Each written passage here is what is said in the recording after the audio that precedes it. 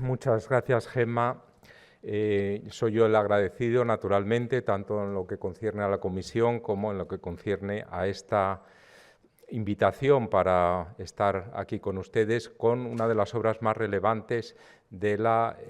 exposición, ¿no? Que es una huelga de obreros en Vizcaya por Vicente Cutanda. Quizá esta obra, que es la primera dedicada al tema de huelgas, resume en la pintura española, resume los propósitos de esta exposición, que es poner en valor un tipo de pintura que realmente había pasado, no inadvertida, sino había pasado bajo una especie de purga estética, puesto que era una pintura considerada demasiado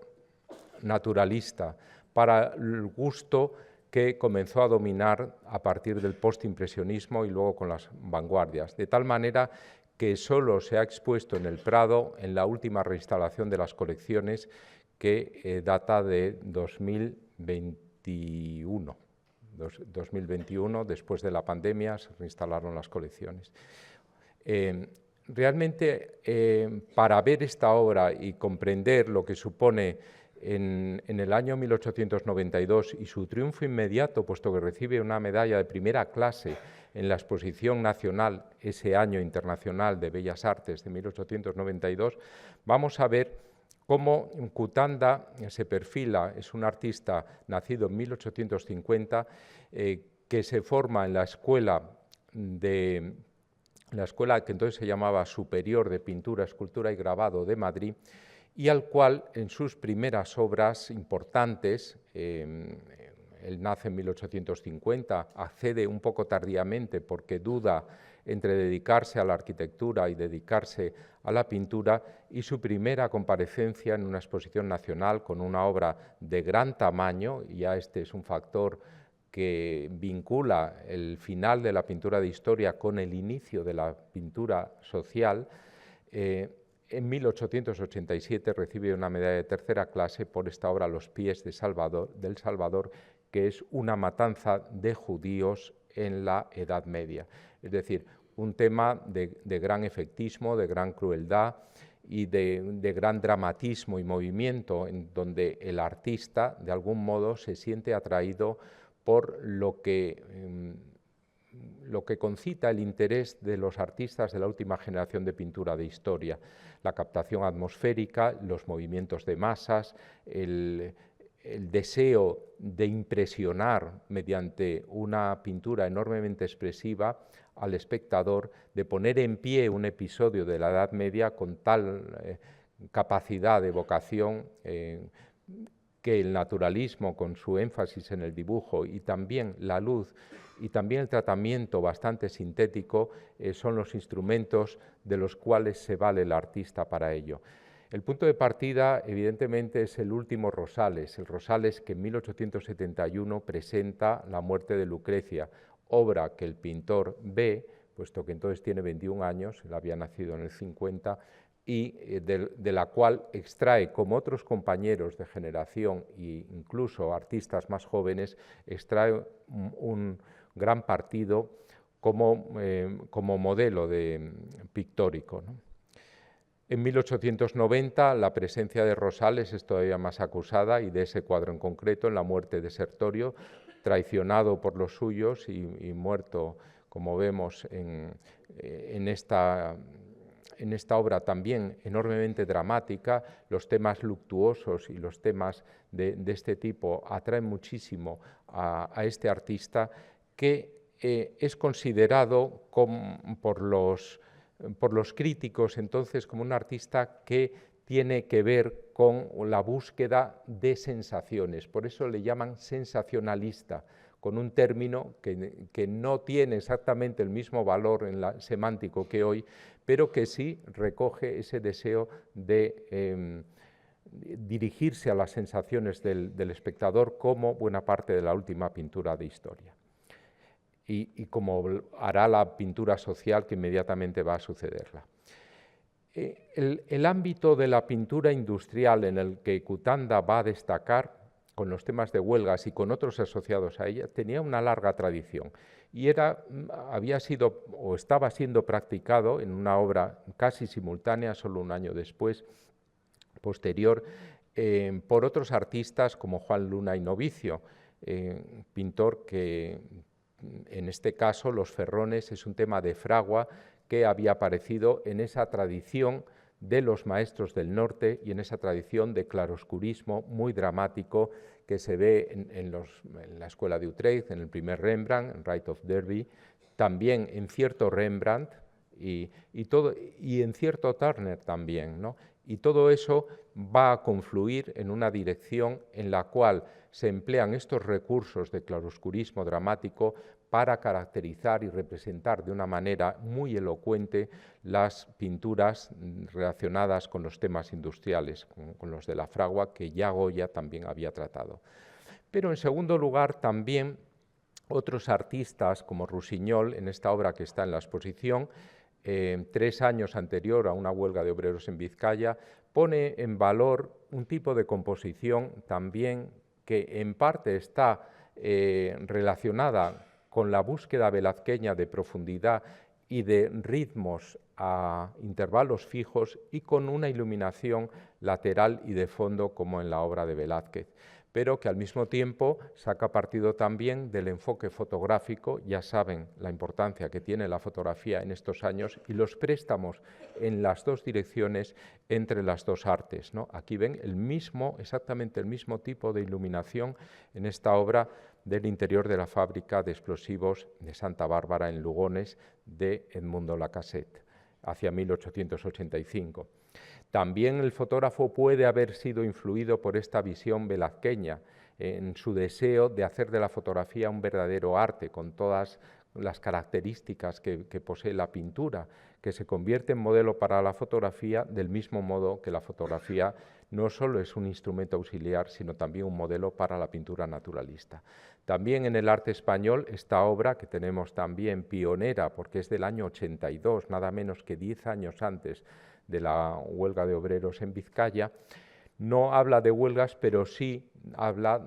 o nos muestra el trabajo infantil, una niña de 10 años en un telar mecánico, vigilada por el capataz, con un sentido también de precisión enormemente marcado en esta representación, donde también el claroscurismo es muy elocuente y un instrumento muy marcadamente expresivo. Vamos a ver cómo en el panorama internacional ya los temas de las huelgas, específicos de las huelgas, empiezan a trabajarse a partir sobre todo de las décadas de 1870 y 1880, siguiendo diversas tradiciones. Una de ellas, la de Crenshaw, que es uno de los artistas británicos más interesantes y más peculiares por su búsqueda de iluminaciones muy especiales en esa tradición, por un lado rembrandtiana, por otro lado turneriana, pero que él además asimila con unas búsquedas de la fotografía y con un conocimiento de la obra de Whistler, evidentemente, y de la obra también de lo que están empezando a pintar en esos momentos en el ámbito, sobre todo del norte, más que en Francia, ¿no? Crenshaw, en estos reflejos en el río Aire, reflejos de la luna, reflejos dramatizados también de los fuegos, de las luces artificiales, la luz de gas, es el gran pintor de la luz de gas en Gran Bretaña, nos representa una huelga con una figura, como vemos, femenina y con los obreros como en un segundo término. Aquí lo que importa es sobre todo la atmósfera. La huelga parece un pretexto. Todavía estamos en 1879, aunque estamos en una sociedad industrializada y en una ciudad industrializada como es Leeds. El Museo de Leeds, la Art Gallery, compró esta obra hace poco tiempo y es desde luego un acierto haberla adquirido. ¿En qué tradición se inspira? Ya lo he dicho, pero recordemos el fundador de la pintura asociada con la Revolución Industrial, que parte de las fraguas, pero que también trabaja en Coalbrookdale, la primera factoría que reúne la minería y la siderurgia en el siglo XVIII, en la segunda mitad, en Inglaterra. Y entonces vemos cómo las dos luces, la nocturna, la luz de la luna y la luz artificial conviven, como también en ciertos maestros, entre ellos Rembrandt, el Rembrandt de la huida de Egipto, por ejemplo, incluso maestros anteriores como Elsheimer o Paul Bril, ¿no? Que en el fondo es también lo que el Caravaggio hace en sus obras de principios del siglo XVII hasta su muerte en 1610. Bien, y la otra tradición la vemos en esta obra perdida, la huelga de mineros de 1880 de Alfred Roll. Por eso les traigo la fotografía en blanco y negro. Esta tradición es la de Courbet, la tradición courbetiana. Vemos también en estas figuras hay algo de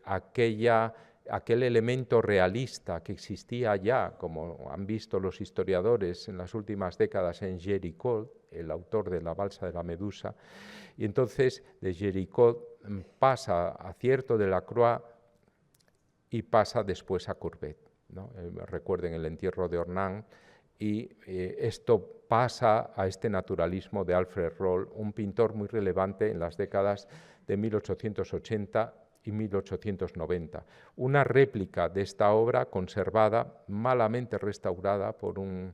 artista aficionado que en mala hora lo hizo, pero esto nos sirve para ver un poco cómo sería el color, ¿no?, de esta obra perdida. Otra obra importante de Soyer, Paul Constant Soyer, es esta huelga de herreros de 1882, en este caso basado no en algo real. Las huelgas habían empezado a darse en los ámbitos más industrializados, como son primero Inglaterra, luego Bélgica y luego Francia, en la segunda mitad del siglo, incluso en España a partir del sexenio revolucionario. Pero en España van a ser mucho más frecuentes en la última década del siglo, y esto es uno de los factores que explica el cuadro de Cutanda. Bien, aquí tenemos cómo en este caso se inspira en un poema de François Coppée, protagonizado por un obrero viejo, Père Jean, que mata a otro obrero porque él ve que su familia está en la miseria, quiere volver al trabajo, y entonces el otro le increpa, le mata, y es el momento del arrepentimiento. Aquí también estamos viendo pues una tradición muy cercana, aunque sea el año 82, al realismo francés, especialmente a Courbet. En el ámbito flamenco y holandés, este pintor, Hendrik Leuten, la huelga, ya de la pintura avanzada de los finales de los años 80, sí que refleja las huelgas de mineros en el Borinage, esa región del sur de Bélgica, donde están Lieja, por ejemplo, donde está Charleroi, que hizo una gran exposición con estos temas hace años, y que refleja pues con esa especie de dramatismo, el sentido de mitin previo a la huelga, ¿no? y la lucha y la exaltación dramática a partir de esas figuras. Forma parte de un tríptico, es la parte central, de grandes dimensiones, como vemos, que es uno de los rasgos característicos de esta pintura, la búsqueda de grandes dimensiones, 5 o 6 metros. No llega a ello porque es una obra más tardía de un pintor húngaro muy reconocido en el siglo XIX, pero sobre todo por su pintura de historia, pero que da el paso a la pintura social, y vemos cómo se inspira en Leutens para esta huelga de 1895. Esta obra es posterior a la de Cutanda. De hecho, dicen que los críticos españoles que Munch sí se ha inspirado en la obra de Cutanda, cosa que no es real, sino es más bien en la de Leutens. Una obra clave es esta de Robert Kohler, un pintor alemán que trabaja en Düsseldorf, que tiene contactos con los Estados Unidos, que se forma en Múnich también, y que hace esta huelga de 1886. Al ser expuesta en Nueva York, en la National Academy of Design, pocos días antes del Gran Motín de Chicago, es una pintura que se da a conocer y que tiene una gran popularidad, y a través del grabado es reproducida en numerosas revistas y periódicos de la época. primero la fotografía, pero la fotografía no se puede reproducir tal cual, sino que necesita por entonces la mediación del grabado, y entonces es en las revistas ilustradas, a partir de grabados en madera, cómo se difunde esta pintura, también, como vemos, de grandes dimensiones. Las medidas son mayores, son 3×4. Theodor Esser, en la huelga de los herreros, 1892, es un pintor ya de la generación, no de Cutanda, sino que es ya más joven, es de la generación, por ejemplo, de un pintor como Uría, que nace 7 años antes, pero se empieza a parecer a los artistas que van a trabajar más en la década de los años 90 en España. Es un pintor que realmente va buscando también la doble iluminación de exterior y de interior, y también el movimiento de las figuras en su enfrentamiento con el ejército. La obra que más influye en la de Cutanda es esta, que ha sido destruida, de Dudley Hardy, La huelga de los muelles, que hace alusión a una huelga existente en Londres. Llegó a juntar nada menos que a 100.000 trabajadores en una ciudad que era el emporio de la industrialización a lo largo del siglo XIX. Se publicó un manifiesto en septiembre de ese año, y el artista hizo inmediatamente esta obra que conocemos por fotografías antiguas de grabados, como vemos aquí, ¿no? Fíjense en la figura que exhorta a los huelguistas, y también en la presencia de niños y también en el protagonismo de la masa, ¿no? Esto es muy importante, y en el fondo también de la composición industrial. Y esta es la referencia más clara, a mi modo de ver, de la pintura de Vicente Cutanda, una huelga de obreros en Vizcaya, en 1892, en donde vemos todos estos elementos que acabo de citar. Todos ellos, además, configurados con una visión muy, como vemos, apaisada, que le permite desplegar como el fondo las instalaciones mineras, siderúrgicas, que en parte están inspiradas en las de Bilbao, como se ha dicho, en las minas de Sestao y Portugalete, pero que también, ahora lo sabemos, están inspiradas en las del Franco Condado, que él visita, el sur de Bélgica también, y algunas fábricas en Suiza. Es decir, él es un pintor que tiene una posición burguesa, puesto que su padre fue catedrático de botánica en la Universidad de Madrid, también lo fue en el Jardín Botánico de Madrid, pertenecía a una familia burguesa, y pudo ir a sus expensas a Roma, y pudo ir a sus expensas también en este viaje por las fábricas europeas, en donde toma distintos apuntes. Finalmente, en estos apuntes, él rehace en su taller, que en estos momentos tiene establecido en Zaragoza. Es otra cosa que nos llamaba la atención, porque este cuadro estaba firmado en Bilbao y en Zaragoza, y hemos llegado pues a la solución, porque él tenía entonces en la Plaza de la Era un gran taller, un gran estudio en esa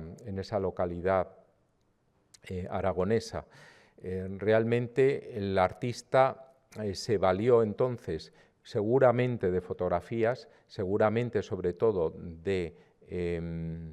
dibujos tomados de tipos, y uno de estos dibujos, sabemos que el artista estaba ya en el año 91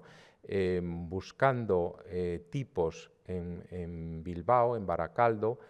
y en Sestao, y uno de estos dibujos, un minero bilbaíno, lo expuso en la redacción del Liberal, uno de los grandes periódicos de la época, un periódico además de tendencia progresista. No es la época que era de tendencia conservadora, sino que se busca un periódico de tendencia progresista, pero formando parte de una exposición que se hace en los salones Bosch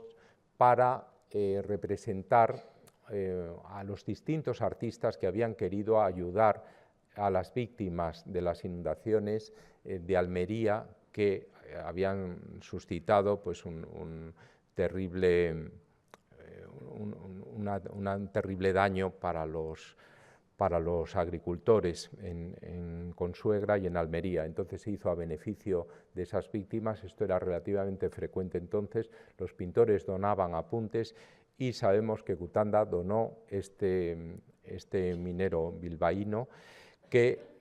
formaba parte de un conjunto de estudios que no sabemos dónde puedan estar, se han perdido o no han aparecido, y esta obra, que no sabemos tampoco cómo era, porque se reproduce, pero sí que sabemos por las descripciones que se hacen de ella que servía al propósito de tipificar, de codificar un tipo de obrero a partir de los distintos individuos que él había visto en las fábricas. Es decir, a Cutanda se le considera como un artista capaz de crear a partir de distintos rasgos individuales y capaz de proponer tipos de obreros, el tipo de obrero más beligerante, el tipo de obrero más sensato o aparentemente más reflexivo, el tipo de obrero que sigue a los demás sin tener voluntad propia, y con todas estas caracterizaciones vamos a ir viendo en esta obra y en otras que hace al mismo tiempo esta capacidad que se le empieza a atribuir por la crítica en el año 91, cuando está realizando esta gran pintura en su estudio de Zaragoza. Bueno, ¿cuáles son las primeras? ¿Por qué en Bilbao? ¿Por qué una huelga de obreros en Vizcaya? Porque la primera gran huelga tiene lugar el 13 de mayo de 1890 por el despido de 5 mineros, de ahí un minero bilbaíno, de la empresa La Horconera, porque se habían significado en los preparativos de la celebración del 1 de mayo. 1 de mayo, la fiesta de los trabajadores se había instituido en la Segunda Internacional un año antes, en 1889, y comenzó a celebrarse en España justamente entonces. Entonces, esta huelga por el despido primero fue secundada por 500 obreros, enseguida por 1000, y ya por la tarde 5000 se reúnen en un mitin que puede ser el momento que Cutanda refleja, y después ya la siguen 10.000 obreros. La huelga se convierte en un gran problema, se envía al ejército para contenerla, y el ejército hace un papel mediador entre los empresarios que no quieren tratar directamente con los obreros, porque era algo nuevo, no había pasado con esa fuerza en España, sí había habido otras huelgas, pero no de ese calibre, y entonces el ejército logra una pacificación y logra que puedan readmitirse los mineros despedidos, ¿no? En los años siguientes, el 91, 92 y 93, tienen lugar distintas huelgas. Ya la del 90 tiene una cobertura muy importante en la prensa y tiene una significación muy especial, y entonces Cutanda se hace eco como pintor. No lo olvidemos, que era capaz de captar los temas que podían interesar al público dentro de la pintura de historia, la matanza de judíos o el asesinato de Sertorio por sus propios seguidores.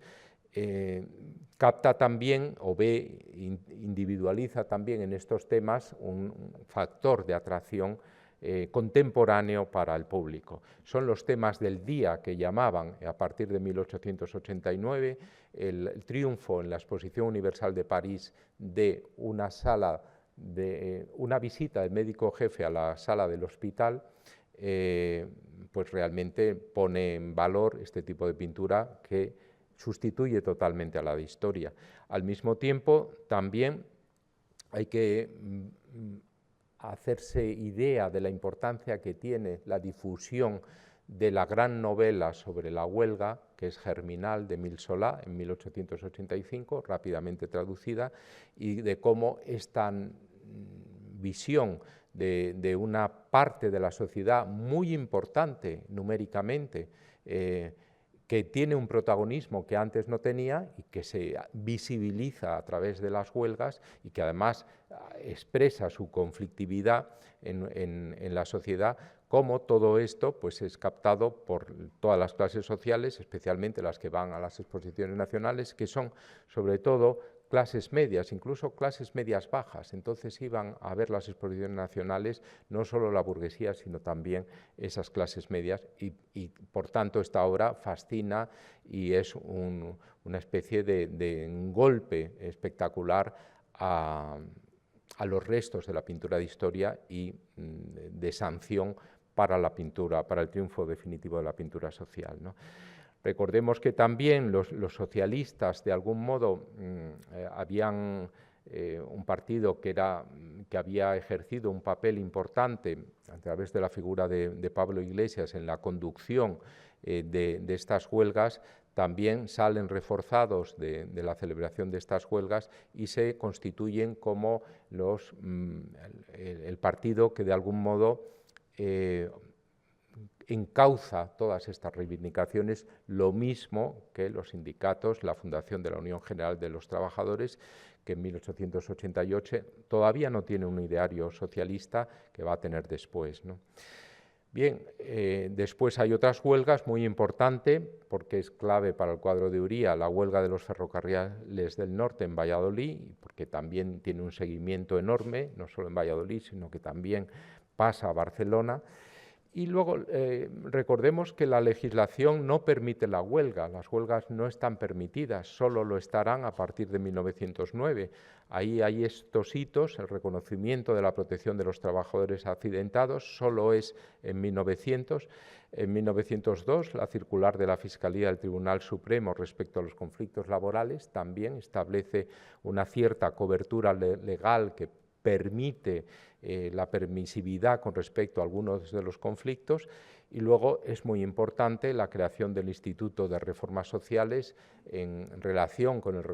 regeneracionismo que triunfa a partir de los primeros años del siglo en España, después de la terrible crisis del 98, ¿no? Pero hay que esperar al año 8 y al 9 para la creación de tribunales industriales que arbitren estos conflictos y para el reconocimiento ya legal a la huelga en el año 9.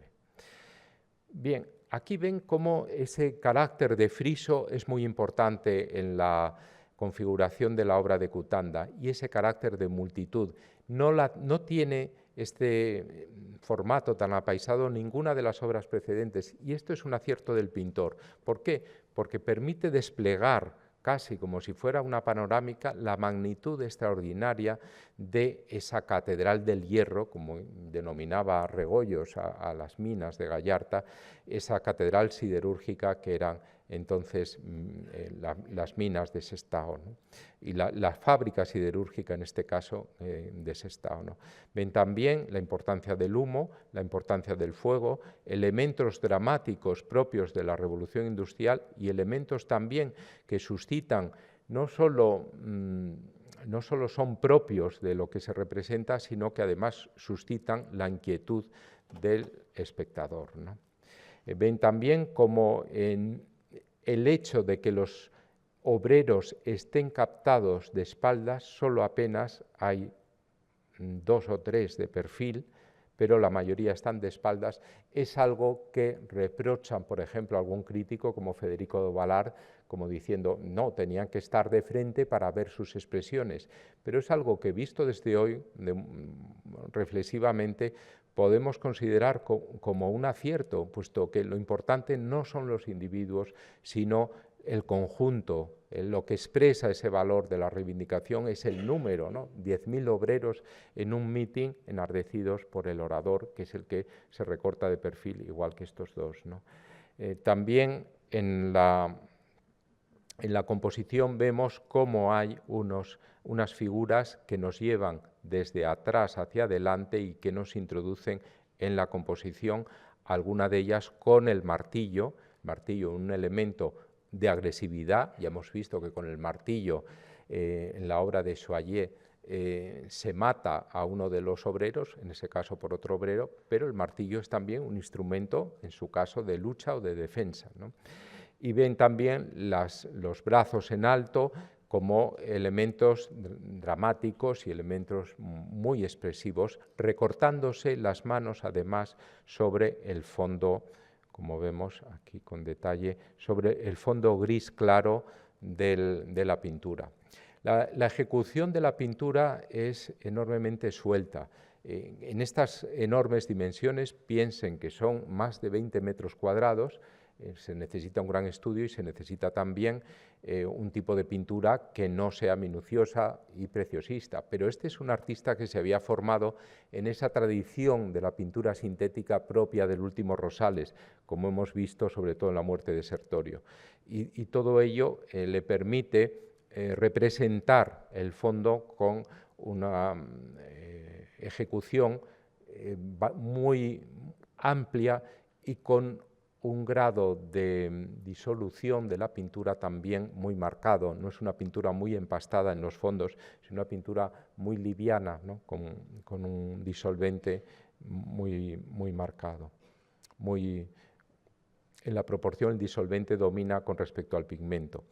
También el énfasis en los elementos materiales, el hierro roblonado, los yunques y lo que es la propia fábrica, las vías, todo ello está perfectamente captado para dar verosimilitud. Hay un elemento que ya lo han visto ustedes, que realmente es una especie de concesión extraña y que es algo que fue criticado ya en su tiempo y que nosotros no acabamos de asimilar, la presencia de esa muchacha, acaso una esposa o una hija de alguno de los trabajadores, con el niño, que llama la atención por su proporción inadecuada, puesto que es mucho más pequeña de lo que debería aparecer, y que nos muestra, pues, en parte, cómo hay unos perjudicados también directamente por la huelga, que son los que no tienen que comer, porque durante la huelga los mineros y los obreros no perciben su salario, ¿no? Por tanto, la miseria es el argumento que tiene el patrón de la fábrica para que vuelvan, como ocurría en el poema de Copot y como ocurría en la pintura de Soyer. Entonces, esto es un elemento discordante con el conjunto. La obra, desde luego, bajo nuestro punto de vista de hoy, hubiera ganado si no se hubieran incluido estas figuras. Pero, por otro lado, el pintor debió pensar que son las dos figuras de frente las que comunican con el espectador, las que suscitan la empatía, la emoción y la identificación posible del espectador ante este espectáculo, ¿no? de la huelga. Bien, la anonimia que veíamos es una de las características más marcadas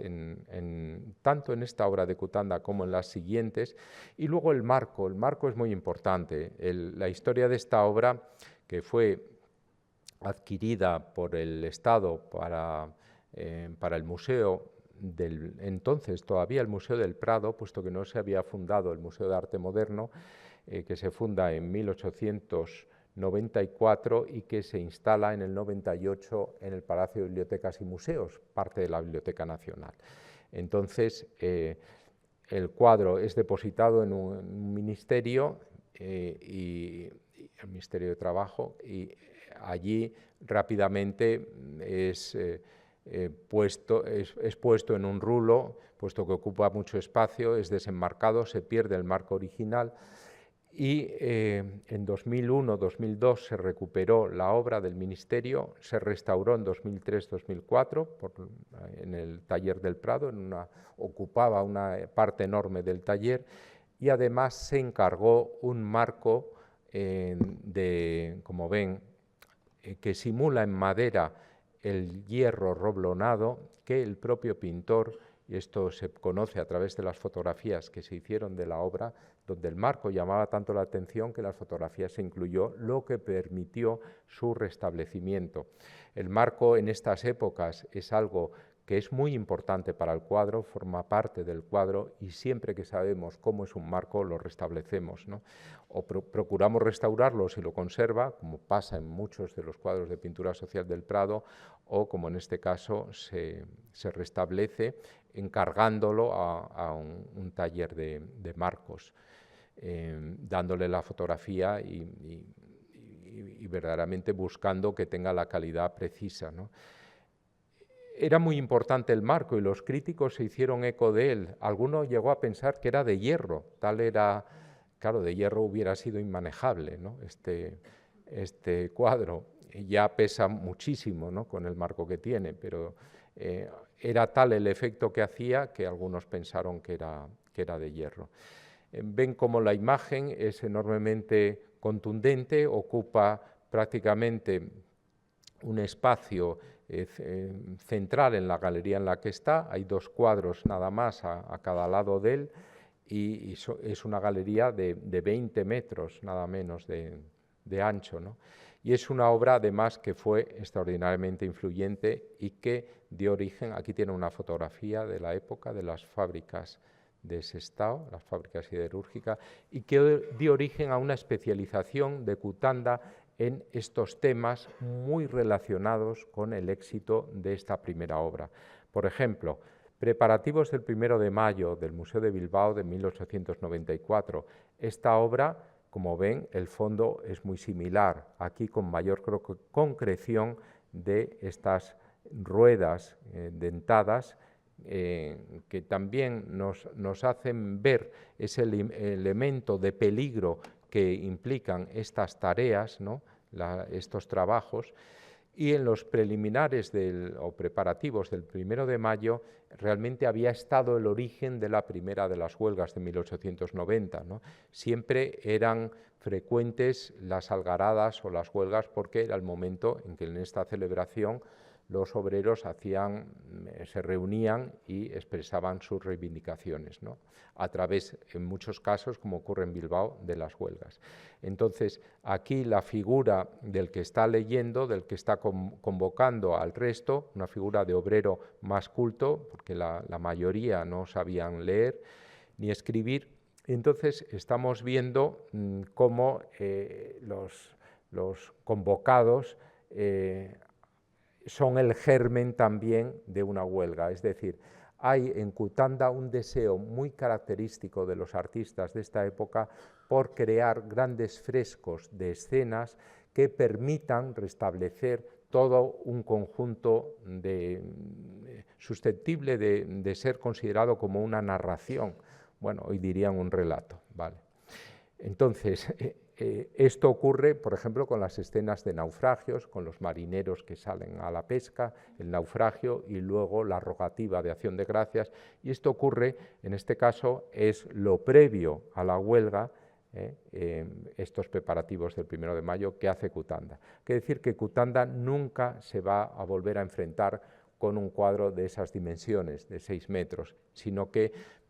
es como si hubiera quedado exhausto con esta preparación, algo que les pasaba también a los pintores de historia, que hacían 1 o 2 cuadros de gran tamaño, triunfaban con ellos y ya se dedicaban a menores formatos. En este caso, como vemos también, sí que conocemos el punto de partida que también publica El Liberal, aquel periódico en donde había enviado el minero bilbaíno, y entonces a partir de un dibujo a tinta que envió en El Liberal y que se publicó en el periódico, conocemos el grabado, no el dibujo, y vemos cómo hay una relación estrecha entre el dibujo previo y lo que posteriormente hace, ¿no? Vean, aquí la diferencia es que esto es piedra, el soporte de esta máquina de ruedas,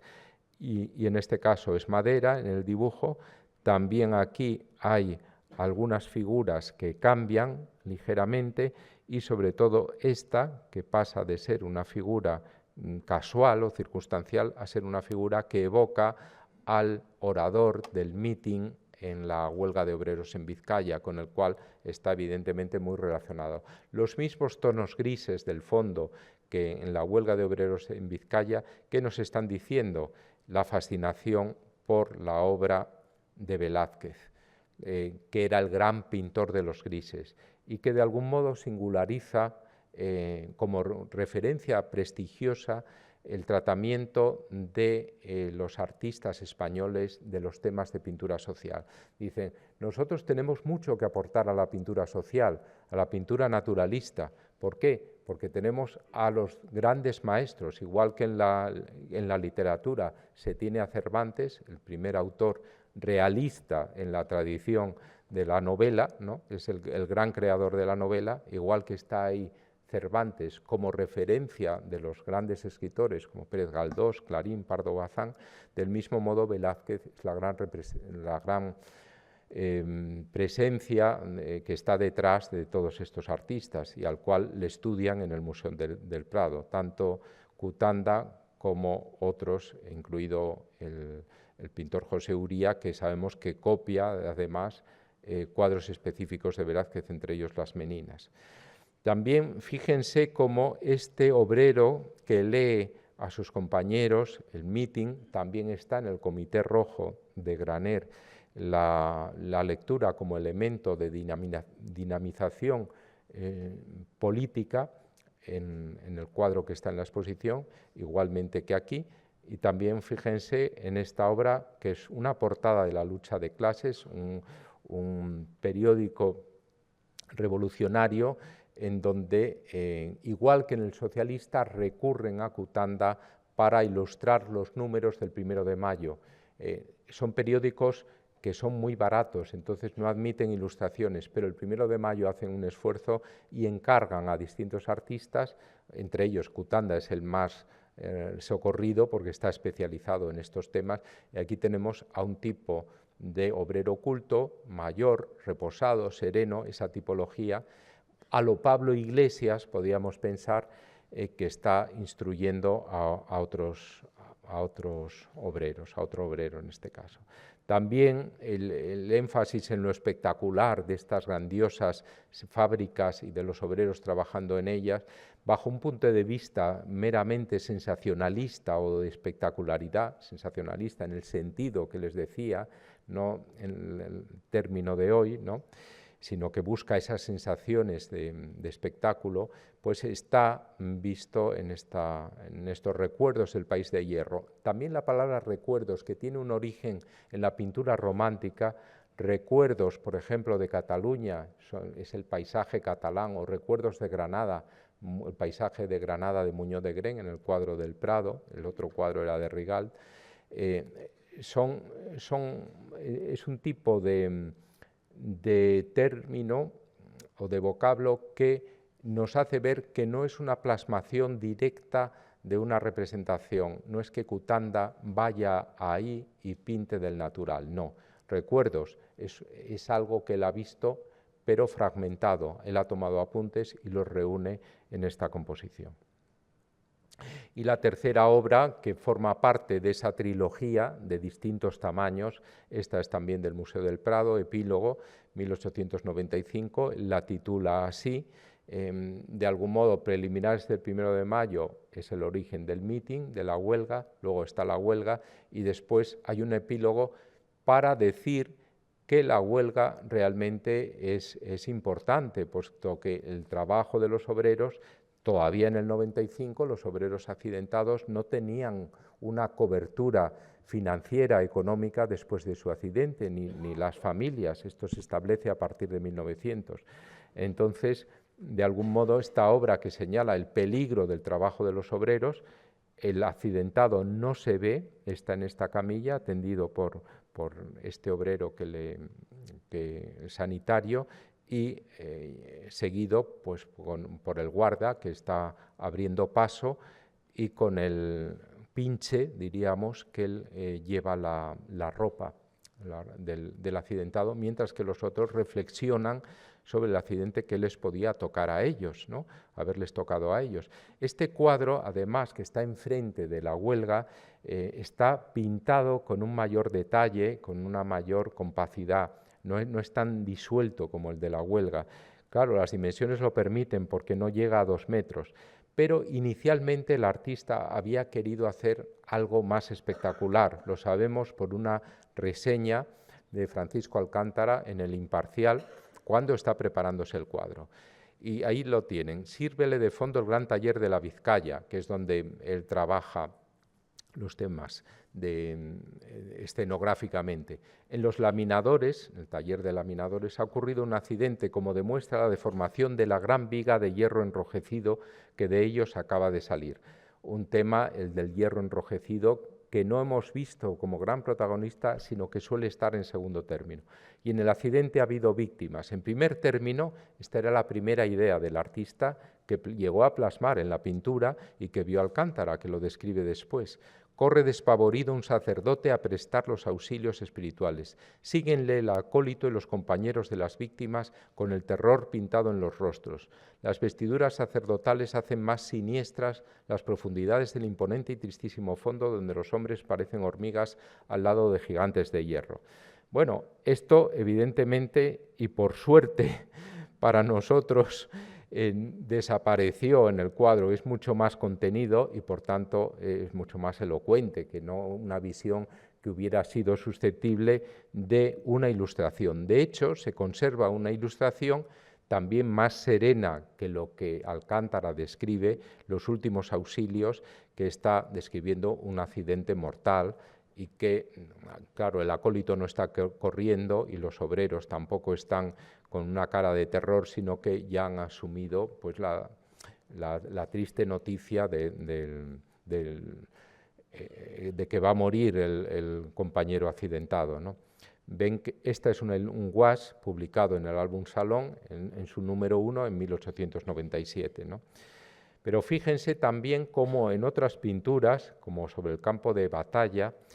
con un fondo de fábrica siderúrgica que según algunos podía haber sido la Duro, según otros podía haber sido la Duro en la Felguera, en Asturias, según otros podía haber sido en cambio otra vez en Bilbao,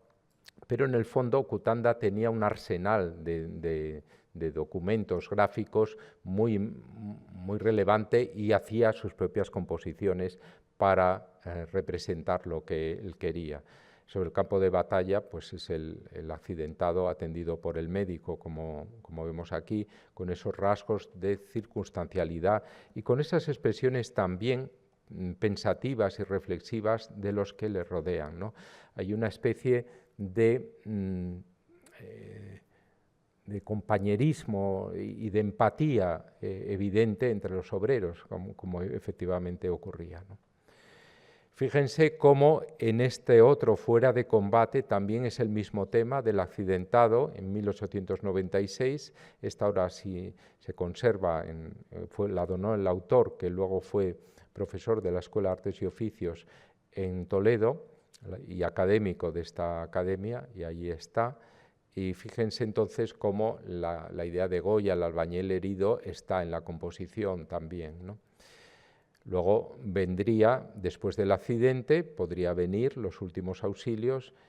y finalmente vendría la muerte, ¿no? La capilla de la fábrica, muerte del obrero, en 1895, este guas publicado también en esos años. Es decir, hay toda una secuencia que se va publicando de un modo desordenado, pero que el artista establece distintas variedades, distintos episodios de la vida del obrero, sobre todo los más dramáticos y evidentemente los luctuosos, pero también los peligrosos, ¿no? Como En peligro inminente, esta obra de 1894, en donde pues van a chocar, como vemos, dos trenes y realmente están intentando evitarlo. Bueno, las consecuencias de la pintura de Cutanda dieron lugar a esta obra de José Uría después de una huelga en 1895, en mi opinión mejor pintada que la de Cutanda, puesto que Uría se esforzó muchísimo en esta obra, había copiado obras de Velázquez y tiene también una armonía superior y una calidad de ejecución superior a las de Cutanda, pero Uría llegaba 3 años después y solo recibió una condecoración por ella. Hasta el punto era consecuencia de la obra de Cutanda que se publicó en algún caso, y todavía hoy se publica a veces, como obra de Cutanda, ¿no? Esta pintura. Se dice Vicente Cutanda, epílogo, es el pie de la obra, y no, es Uría después de una huelga, ¿no? Entonces, aquí vemos cómo la huelga que sirvió de base, aquí es la de Talleres de Ferrocarriles del Norte, del 1892, talleres que existen y que el pintor estudió y cómo confluyen dramáticamente. No hubo muertos, pero ahí el artista pues hace una representación como una especie de pietà civil del obrero ante la indiferencia del ejército, de la Guardia Civil, y que está vigilando la fábrica, los exteriores de la fábrica, como efectivamente hacía, y los guardas del interior, ¿no? Bien. También aquí Uría conocía muy bien estos talleres, puesto que había trabajado, el cuadro lo hizo en los mismos talleres, donde también pues, realizó obras de menores dimensiones para representar la construcción de las locomotoras con ese elemento, como vemos, de doble diagonal hacia el fondo y lateralmente, que da un dinamismo extraordinario a la pintura. Bueno. En esos momentos también Víctor Chávarri decora su chalet de Portugalete con grandes obras de Luna y Novicio de 4 metros, como estos obreros en el taller de convertidores de la Vizcaya, esa misma fábrica, y vemos cómo la pintura de tema industrial se convierte en algo muy frecuente, si bien las huelgas no lo son tanto. El Comité Rojo hace alusión también a esas reuniones clandestinas donde un obrero más culto, anarquista habitualmente o también socialista, podían hacer esas lecturas normalmente de textos de Bakunin o Kropotkin, ¿no? para sus compañeros, que de esa manera asimilaban todas esas doctrinas. Y los accidentes de trabajo también, desde el momento en que la ley los sanciona, pues suelen ser o son objeto de pinturas, pero en este caso encargados además por una institución, la Diputación de Vizcaya. Esto es como lo resuelve Larroque y esto es como lo resuelve Arteta, con la influencia de Velázquez y de Goya, ¿no? 2 años después de aprobarse aquella ley. La carga de Barcelona, de la disolución de una huelga, es el término ya del tratamiento naturalista para estas obras, porque lo que viene a continuación o lo que sucede a la pintura de Cutanda es este tipo de pintura. A partir de 1900, esta obra, que perteneció curiosamente a Cutanda y que nos abre un vínculo entre Regoyos y Cutanda, no tiene nada que ver, es una pintura postimpresionista, pero hace referencia al trabajo en los minerales, en las acumulaciones de minerales, con un tipo de pintura ya influido por Gauguin y por los postimpresionistas. Aquí vemos como Ricardo Baroja, también opta por esta vía expresiva que abre Regoyos. ¿Y qué hace Cutanda entre tanto? Pues sigue ilustrando temas más edulcorados, como el regreso del trabajo, junto con las muchachas, los obreros que van a descansar y van a ver a sus novias o a sus mujeres. Hace también estas obras espectaculares, izando una cruz. Cutanda es un pintor muy religioso y fíjense, aquí se conserva el guaso original en la academia y también el grabado para el que sirve, y hace finalmente, y es lo que presenta a la Exposición Nacional de 1897, el Ensueño o la Virgen de los Obreros, en donde trata de integrar esa conciliación entre lo religioso y lo social, pero de un modo que no tiene la fuerza ni la energía que tenía la huelga de obreros en Vizcaya. A partir de ahí, Cutanda, que también cuando estuvo en Roma había visto al Papa León XIII y era muy consciente de la encíclica Rerum Novarum, que apoyaba, era un primer punto de partida para el apoyo de la Iglesia a lo social, a lo obrero, por lo menos para la consideración. Entonces Cutanda se queda en ese término y luego va a trabajar, ya se dedica apenas, como vemos, son 5 o 6 años de su vida los que dedica a estas obras, un poco más prolongados si queremos hasta 1900, donde se empiezan a hacer menos frecuentes, y el resto de su pintura pues tiene menor entidad y está ya claramente sobrepasada por estas otras obras que hemos visto de otros artistas como Regoyos, como enseguida Nonel va a pintar también las gitanas y Picasso también va a pintar sus prostitutas. Y con esto entonces tenemos ese breve periodo muy intenso y muy espectacular, como quería Cutanda, de la de la huelga de obreros en Vizcaya, que realmente es la pintura originaria de estos temas de la lucha obrera en España. Muchas gracias.